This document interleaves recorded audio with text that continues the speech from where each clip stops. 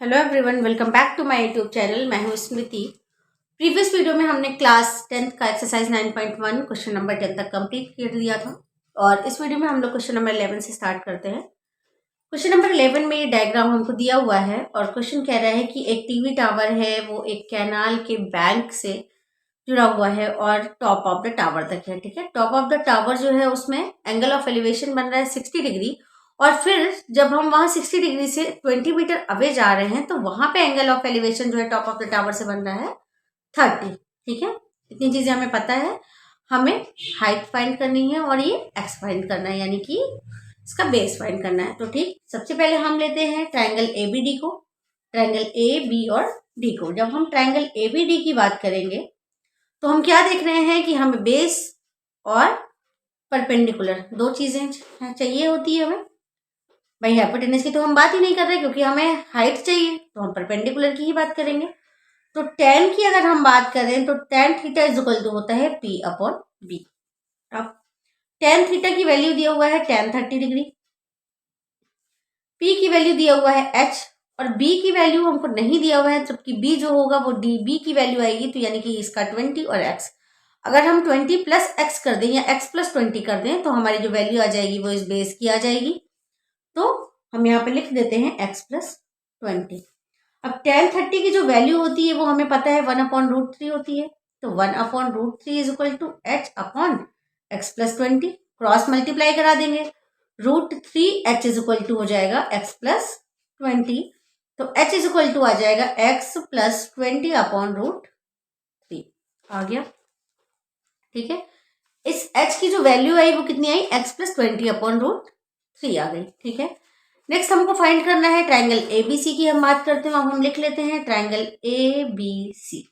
Triangle ABC की जब हम बात करेंगे, परपेंडिकुलर ये हो जाएगा, बेस ये हो जाएगा, यहाँ पे भी tan का ही वैल्यू लगेगा, तो tan 60 डिग्री हम डायरेक्ट लिख देते हैं P अपॉन बी। tan 60 डिग्री की जो वैल्यू होती है वो होती है √3 P अपॉन बी। P की वैल्यू हमें H दिया हुआ है और B की वैल्यू हमें यहाँ पे सिर्फ X दिया हुआ है क्योंकि हमने सिर्फ ABC को लिया हुआ है, तो ये हो जाएगा हमारा h अपॉन का x। क्रॉस मल्टीप्लाई करा देते हैं, h इज इक्वल टू कितना आ जाएगा, √3x आ जाएगा, h एज इट इज आ जाएगा और √3x क्रॉस मल्टीप्लाई में आ जाएगा। h इज इक्वल टू आ गया हमारा √3x। इसको हम मान लेते हैं इक्वेशन 1, इसको हम मान लेते हैं equation 2। Now put the value of h in equation 1। Okay, put the value of h in equation 1। ठीक है, वैल्यू ऑफ h हम रखना है, हमें पता है कि h is equal to x plus 20 upon √3 और हमें ये भी पता है कि h is equal to √3x। तो हम क्या करेंगे, h की जगह रख देंगे √3x और इस साइड की वैल्यू हमें क्या पता है, x plus 20 upon √3, x plus 20 upon में √3। अब इसको हम सॉल्व कर लेते हैं। अब देखो ये दोनों हैं, इनको हम क्रॉस मल्टीप्लाई कराएंगे, √3 से √3 को मल्टीप्लाई कराएंगे तो हो जाएगा 3x is equal to x plus 20। x जो है, x वेरिएबल की वजह से हम इस x को इस साइड ले लेते हैं, 3x minus x is equal to 20, तो 2x इज इक्वल टू आ गया हमारा 20, x इज इक्वल टू आ जाएगा 10, x इज इक्वल टू आ गया हमारा 10, यानी कि ये जो BC है हमारा, इसकी वैल्यू आ गई 10। ठीक है, अब x की वैल्यू हमें पता चल गई। ठीक है, इसको ब्रैकेट में कर दो, बॉक्स में कर दो, put the value of x in h की वैल्यू हम निकाल लेंगे। कैसे, क्यों, क्योंकि हमें h इज इक्वल टू हमें पता हुआ है √3x। फ्रॉम इक्वेशन 2 लिखो, फ्रॉम इक्वेशन 2। ठीक है, h इज इक्वल टू हमें √3x पता है, x की वैल्यू आई है हमारी 10, तो √3 इंटू 10, तो ये कितना हो जाएगा, 10√3 हो जाएगा। ठीक है, यानी कि ये जो हमारी हाइट आई, ये जो हमारी हाइट आई इसकी टीवी टावर की, वो कितनी आई, 10√3 आई और x की जो वैल्यू आई वो 10 मीटर आई। ठीक है, आई होप ये क्वेश्चन आपको समझ आ गया होगा। नेक्स्ट हम लोग चलते हैं क्वेश्चन नंबर 12 की तरफ, कि क्वेश्चन नंबर जो 12 है वो क्या कह रहा है उसको देखते हैं। ठीक, हम लोग चलते हैं क्वेश्चन नंबर 12 पे। क्वेश्चन नंबर 12 कह रहा है कि from the top of 7 metre height building the angle of elevation of the top of a cable tower is 60 degree. ठीक है, सबसे पहले तो हमने एक बिल्डिंग बना ली। जब बिल्डिंग बनाई है तो हॉरिजॉन्टल, ठीक है। फिर ये क्वेश्चन कह रहा है कि the angle of elevation of the top of a cable tower is 60 degree. ये हो गई हमारी केबल की तार हो गई। एंगल ऑफ एलिवेशन बना रहा है 60 डिग्री का, ठीक है। नेक्स्ट कह रहा है कि the angle of depression of its foot is 45 degree, यानी कि एंगल ऑफ डिप्रेशन बना रहा है तो एंगल ऑफ डिप्रेशन होगा हमारा क्या, डाउन साइड पे होगा 45, ठीक है। Determine the height of the tower 7, और ये भी हो जाएगा हमारा क्या 7। इसको हम एक साथ ऐसे कर देते हैं, ठीक, बना दिया हमने। अब लेवलिंग कर देते हैं। ये हो गया हमारा ए, क्योंकि यहां से शुरू हो रहा है, बी सी डी, और ये जो वो ई, ठीक। स्टार्ट। अब हमें क्या दिख रहा है, हमें यहाँ पे भी 2 ट्रायंगल दिख रहे हैं। एक ट्रायंगल दिख रहा है हमारा ए बी सी, और दूसरा ट्रायंगल हमको दिख रहा है ए ई डी। एक ट्रायंगल ये हो गया, एक ट्रायंगल ये हो गया। तो सबसे पहले हम बात करते हैं ट्रायंगल ए बी सी की। जब हम ट्रायंगल ए बी सी की बात करते हैं तो हम क्या देखेंगे, A B upon B C, ये परपेंडिकुलर, ये बेस, और ये हाइपोटेनस हो गया। लिख लेते हैं हम A B upon B C. तो परपेंडिकुलर और बेस, परपेंडिकुलर और बेस किस में होते हैं, tan थीटा में होते हैं। तो tan theta is equal to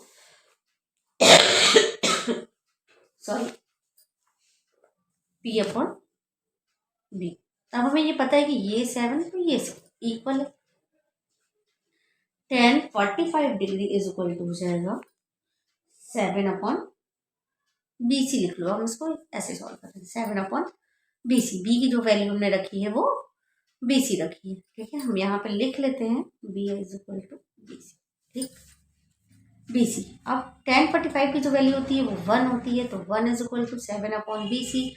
तो B C is equal to क्या आ जाएगा, 7 आ जाएगा।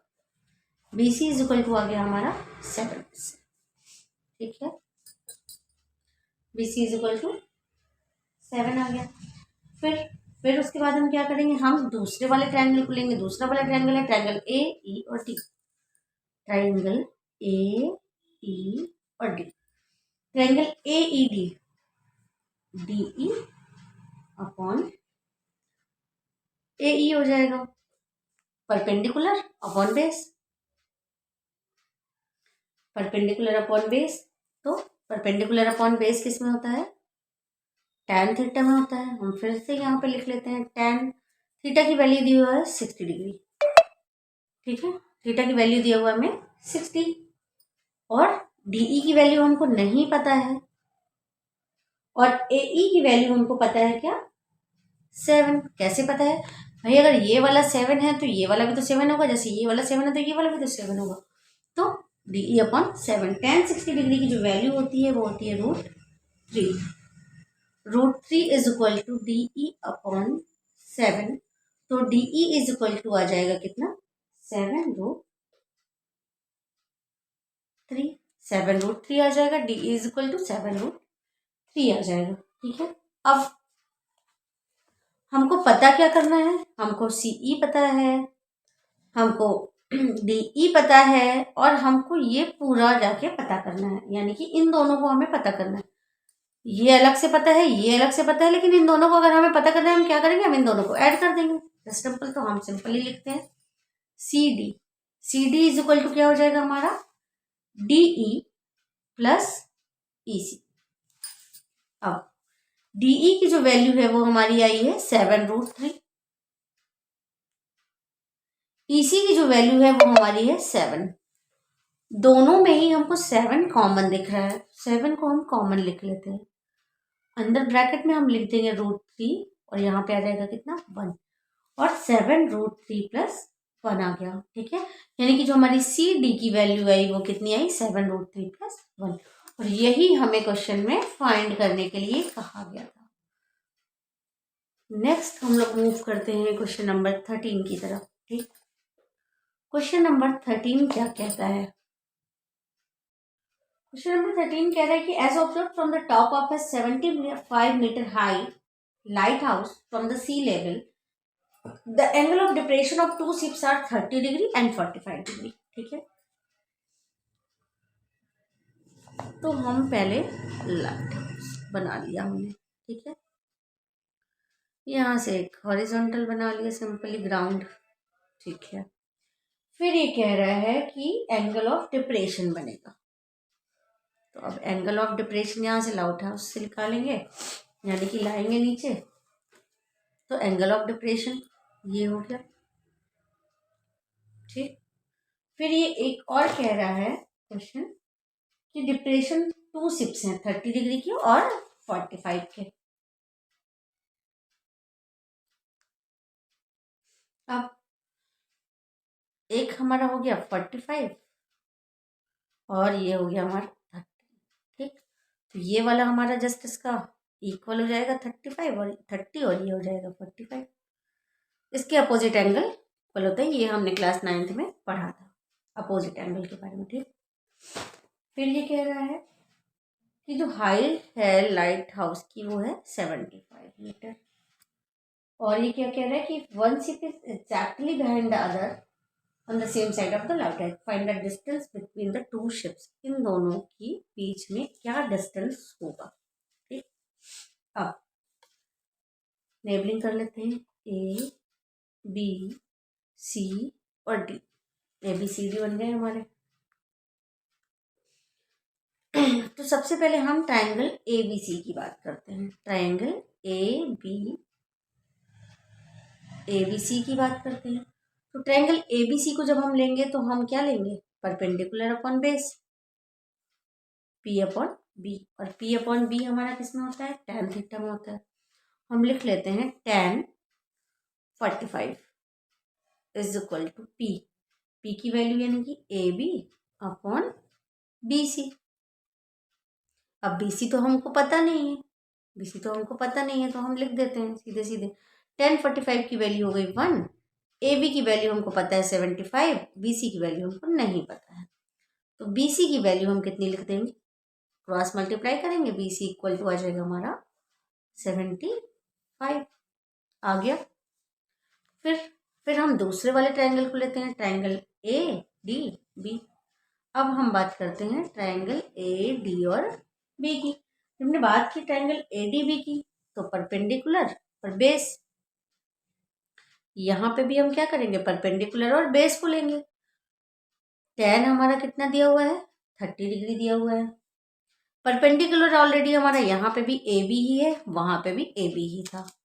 बेस हमारा यहाँ पे दिया हुआ है C B plus D C. अब सी बी यानी कि बी सी की जो वैल्यू है वो हमें पता चल गई है 75, इसको हम x मान लेते हैं, ठीक है, x लिखो इसको, ठीक है। A B upon B D लिखो पहले तो, ताकि कंफ्यूजन नहीं क्रिएट हो आपको। tan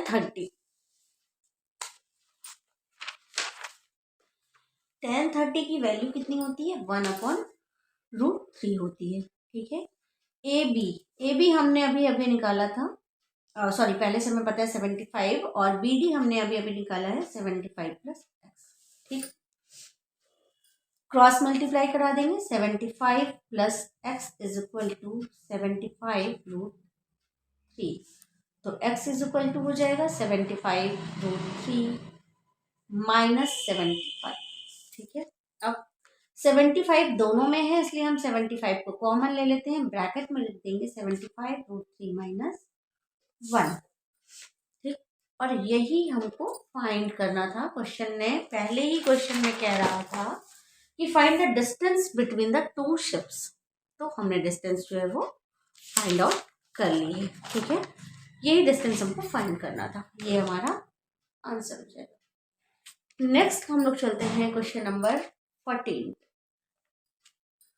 क्वेश्चन नंबर 14 क्या कह रहा है कि 1.2 metre tall girl spots balloon. इसमें हमें डायग्राम दिया हुआ है तो हम पहले तो डायग्राम ही बना लेते हैं। ठीक है, ये हो गया हमारा, ये हो गया, फिर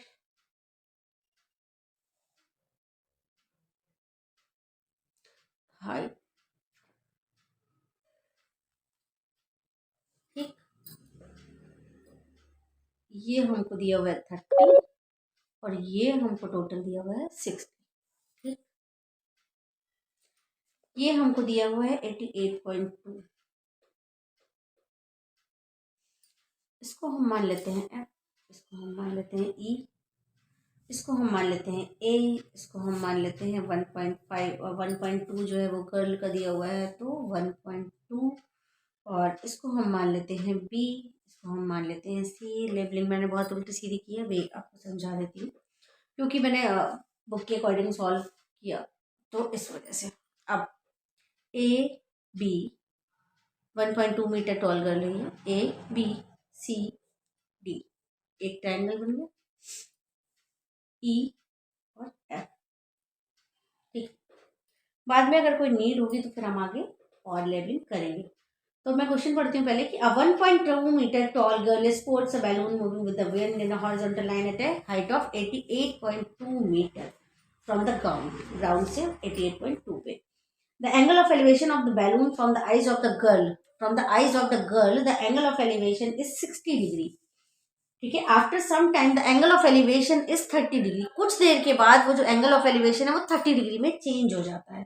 ठीक है, तो find the distance travelled by the balloon, की वो जो डिस्टेंस है, जो बैलून है वो कितना डिस्टेंस ट्रेवल कर रहा है। ठीक है, अब तो सबसे पहले हम हाइट ऑफ द बैलून निकालते हैं।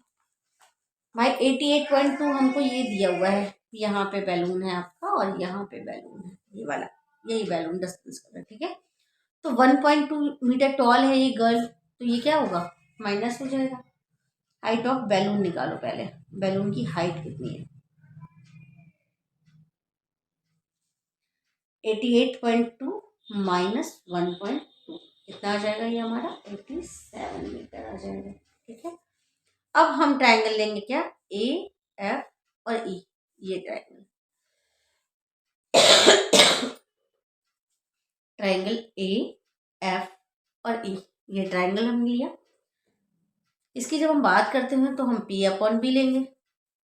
पी अपॉन बी हमारा कहाँ होता है, tan थीटा में होता है, हमें पता है। तो हम लिख देते हैं tan 30 degree is equal to E F upon, ये पूरा हो जाएगा ए ई। अब ये जो ए ई है, ये जो ए ई है, इसको हम ए सी प्लस सी ई भी लिख सकते हैं और नहीं भी लिख सकते हैं, जैसे हमारे ऊपर डिपेंड करता है। ठीक है, तो हमने ई एफ अपॉन ए ई लिख लिया। ए ई की जो वैल्यू है वो हमको नहीं पता, तो हम इसको मान लेते हैं पूरा एक्स, एक्स हमने मान लिया। ई एफ की वैल्यू हमको पता है, कितनी आई थी बैलून वाली, 87 आई थी, तो 87 अपॉन एक्स हो जाएगा। भाई 1.2 मीटर को भी तो हमने यहाँ पे गाइड किया, हाइट ऑफ बैलून हमने फाइंड की, तो 87 अपॉन एक्स हो जाएगा। ठीक, तो tan 30 की वैल्यू कितनी होती है, 1/√3 होती है। 1/√3 is equal to 87 upon x, cross multiply करेंगे तो x इज इक्वल टू आ जाएगा 87√3।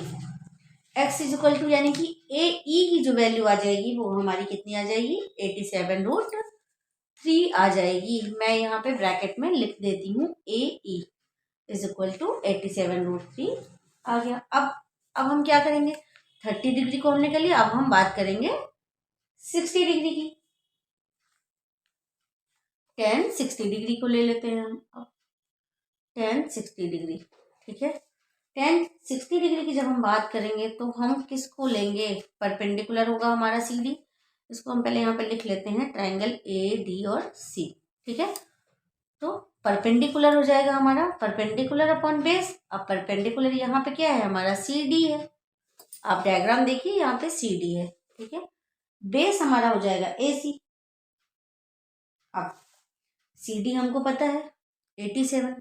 भाई अगर बैलून की हाइट 87 यहाँ पे है तो यहाँ पे भी तो 87 होगी, क्योंकि वही इक्वल डिस्टेंस पे थी, इक्वल हाइट पे है। तो 87 upon A C, 1060 degree is equal to होता है √3। क्रॉस मल्टीप्लाई करा देंगे, A C is equal to आ जाएगा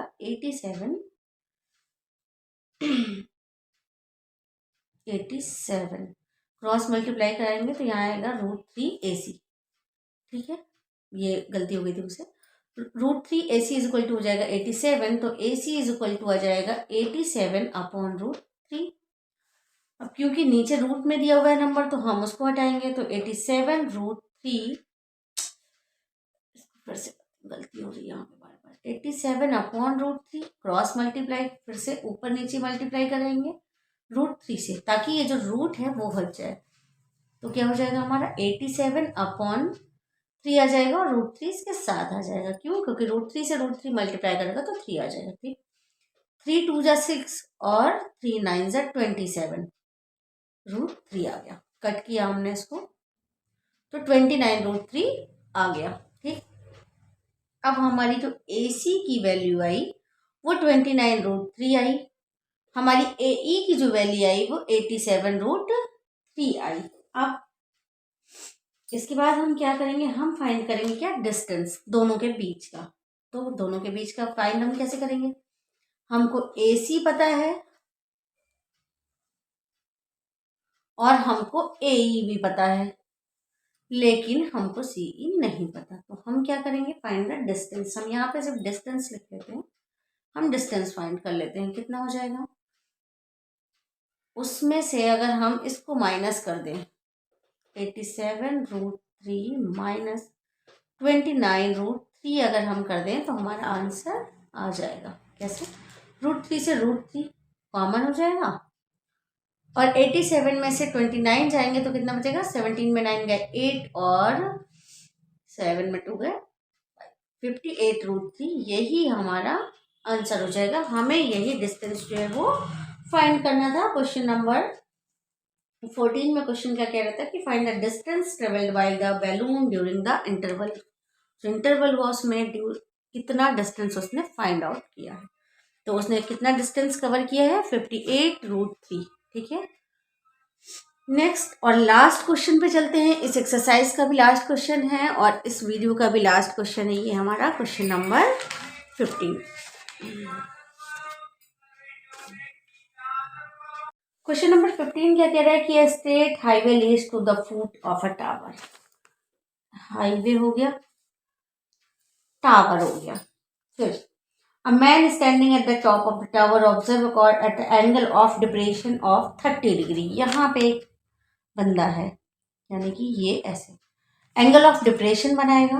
वो कह रहा है क्वेश्चन कि एंगल ऑफ डिप्रेशन बना रहा है वो 30 डिग्री का। ठीक, ये 30 तो ये 30। ठीक है, फिर ये कह रहा है कि which is approaching the foot of the tower with a uniform speed 6 second later, 6 second के बाद the angle of depression of the car is found to be 60 degree. ठीक, यानी कि एंगल ऑफ डिप्रेशन जो है वो 60 डिग्री हो जाएगा। तो जब ये 60 तो ये 60, लेबलिंग कर लेते हैं, A B C D।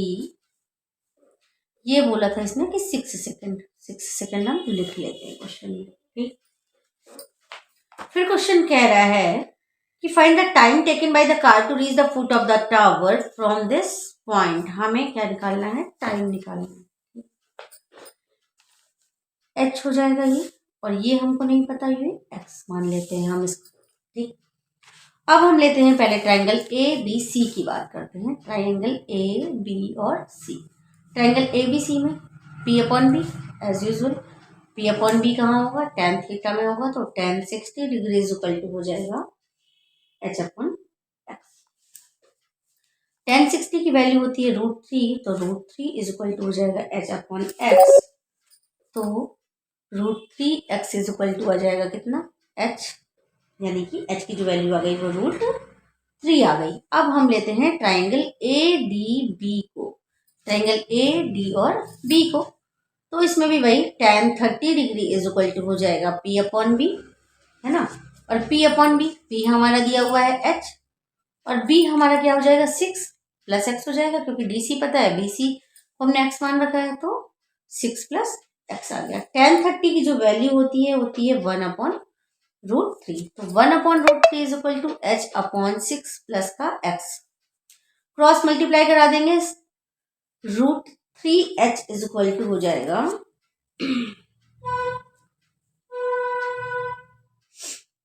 Cross multiply ना करा के अगर हम h की वैल्यू रख देते यहाँ से तो भी आसान होता। ठीक है, तो हम h की वैल्यू रख देते हैं, 1 upon √3 is equal to h की वैल्यू हमने रख दी √3x अपॉन 6 प्लस x। अब कराएंगे हम क्रॉस मल्टीप्लाई तो थोड़ा सा इजी रहेगा, 3x इज इक्वल टू आ जाएगा 6 प्लस x, तो 3x माइनस x हो जाएगा is equal to 6, 2x is equal to आ जाएगा 6, तो x की जो वैल्यू आएगी वो कितनी आ जाएगी 3 आ जाएगी। x की जो वैल्यू आ जाएगी 6 अपॉन 2, तो x इज इक्वल टू यहाँ पे लिख देती हूँ अलग से,